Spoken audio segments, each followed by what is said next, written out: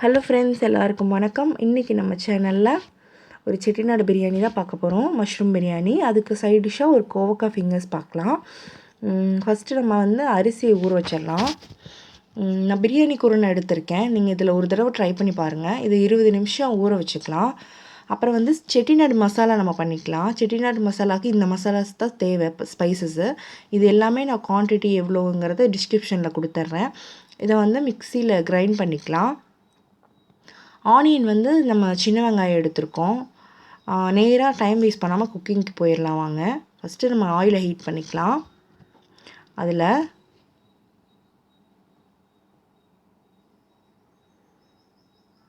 நாலு துண்டு பட்டை, 2 ஏலக்காய், அப்புறம் லவங்கம் ஒரு 4, ஒரு அன்னாச்சி பூ போட்டு தாளிச்சிக்கலாம். சின்ன வெங்காயத்தை போட்டுட்டு இது கொஞ்சம் கோல்டன் ப்ரௌன் ஆகிற வரைக்கும் நம்ம நல்லா வணக்கி எடுத்துக்கலாம். இது கூட 4 டேபிள் ஸ்பூன் இஞ்சி பூண்டு பேஸ்ட் போட்டுக்கலாம். நீங்கள் தனித்தனியாக அரைக்கிறீங்கன்னா 2 ஸ்பூன் கணக்கு.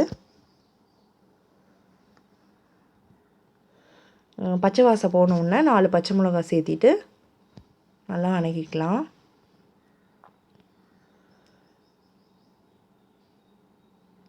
கொஞ்சமாக மஞ்சள்தூள் போட்டுக்கலாம்.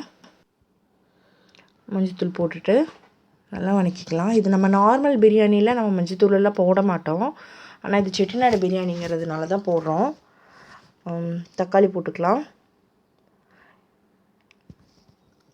எல்லா பொருட்களோட அளவுமே கீழே டிஸ்கிரிப்ஷனுங்கிற ஒரு லிங்க்கில் இருக்கும். நீங்கள் அதை அமுத்தி பார்த்து செக் பண்ணிக்கோங்க. நல்லா வணக்கிட்டு கொஞ்சமாக உப்பு போட்டுக்கலாம். ஏன்னா அப்போ தான் தக்காளி கொஞ்சம் சீக்கிரம் வணங்கிடும். போட்டுட்டு நல்லா வணக்கி விட்டுலாம்.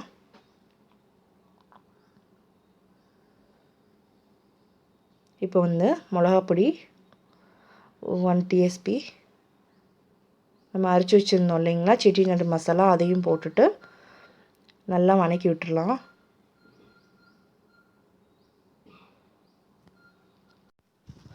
நல்லா கிளறி விட்டுட்டு கொஞ்சமாக கொத்தமல்லி தழை போட்டுக்கலாம். போட்டுட்டு ஒரு 10 நிமிஷம் சிம்மில் வச்சு நம்ம மூடி வச்சிடலாம். நல்லா எண்ணெய் திரிஞ்சு வரும். திரிஞ்சு வரும்போது நல்லா கிளறி விட்டுட்டு நம்ம கட் பண்ணி வச்சுருந்த மஷ்ரூமை இதில் சேர்த்திட்டு நல்லா கிளறிக்கலாம்.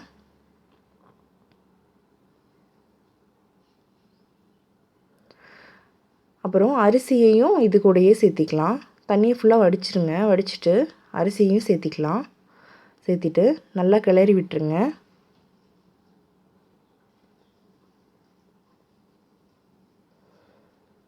இப்போ தேவையான அளவுக்கு தண்ணி, நம்ம எவ்வளோ தண்ணி அரிசி எடுக்கிறோமோ அதே அளவு தான், அதே பாத்திரத்தில் தண்ணி எடுக்கிறோம்.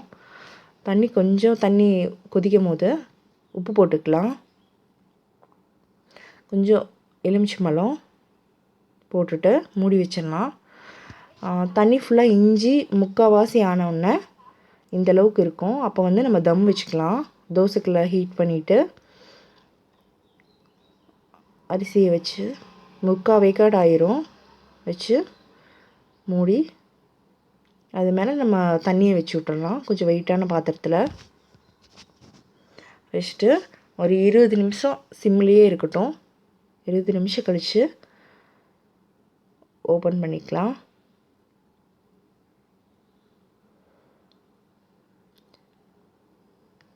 நல்லா கிளறி விட்டுருங்க. கிளறி விட்டுட்டு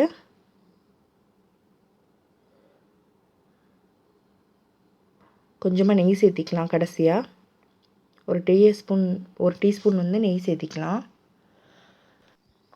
மிக்ஸ் பண்ணி விட்டுடலாம். அவ்வளோதான், நம்ம செட்டிநாடு மஷ்ரூம் பிரியாணி ரெடி. இதை ட்ரை பண்ணி பாருங்கள். அப்புறம் நம்ம கோவக்காய் ஃபிங்கர்ஸ், அதுக்கு கொஞ்சம் நீளமாக கோவக்காயை கட் பண்ணி வச்சுருக்கேன். நான் இன்றைக்கி இன்ஸ்டன்ட் மசாலா தான் யூஸ் பண்ணுறேன். கொஞ்சம் சில்லி சிக்கன் மசாலா 2 ஸ்பூன் போட்டுக்கலாம். போட்டுட்டு பைண்டிங்காக கொஞ்சம் கார்ன்ஃப்ளவர்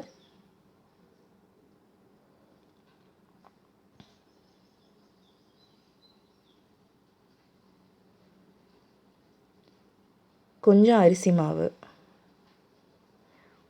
அவ்வளோதான். இஞ்சி பூண்டு பேஸ்ட்டு,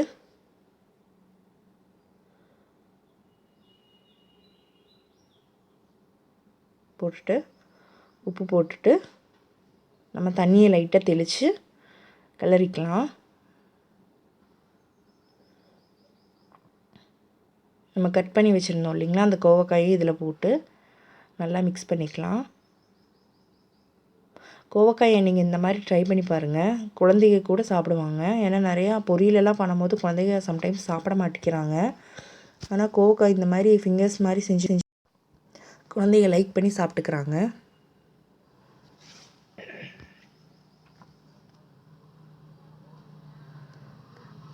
நல்லா மிக்ஸ் பண்ணிக்கலாம். அதில் கொஞ்சம் கொஞ்சம் ஒட்டாது அவ்வளோ சீக்கிரம். கொஞ்சம் நல்லா அதனால தான் கையை விட்டு பிரட்டிக்கிறேன் நான். கொஞ்சம் லெமன் புழிஞ்சிட்டு பிணைஞ்சிக்கலாம். அவ்வளோதான். கொஞ்சமாக ஆயில் ஹீட் பண்ணி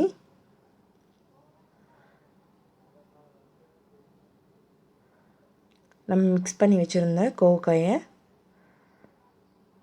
இதில் போட்டு பொரிச்சு எடுத்துக்கலாம். கொஞ்சம் தள்ளியே போட்டுக்கலாம்.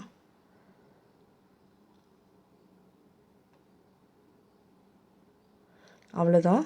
இது 2 பக்கம் போட்டு புரட்டி எடுத்துக்க வேண்டியதான். நம்ம கோவக்காய் ஃபிங்கர்ஸ் ரெடி. பிரியாணி கோவக்காய் ஃபிங்கர்ஸ் இதை ட்ரை பண்ணி பாருங்கள். எப்படி இருந்ததுன்னு கமெண்ட் பண்ணுங்கள். இந்த வீடியோ பிடிச்சிருந்தா லைக் பண்ணுங்கள், ஷேர் பண்ணுங்கள், மறக்காமல் சப்ஸ்கிரைப் பண்ணுங்கள். தேங்க்யூ.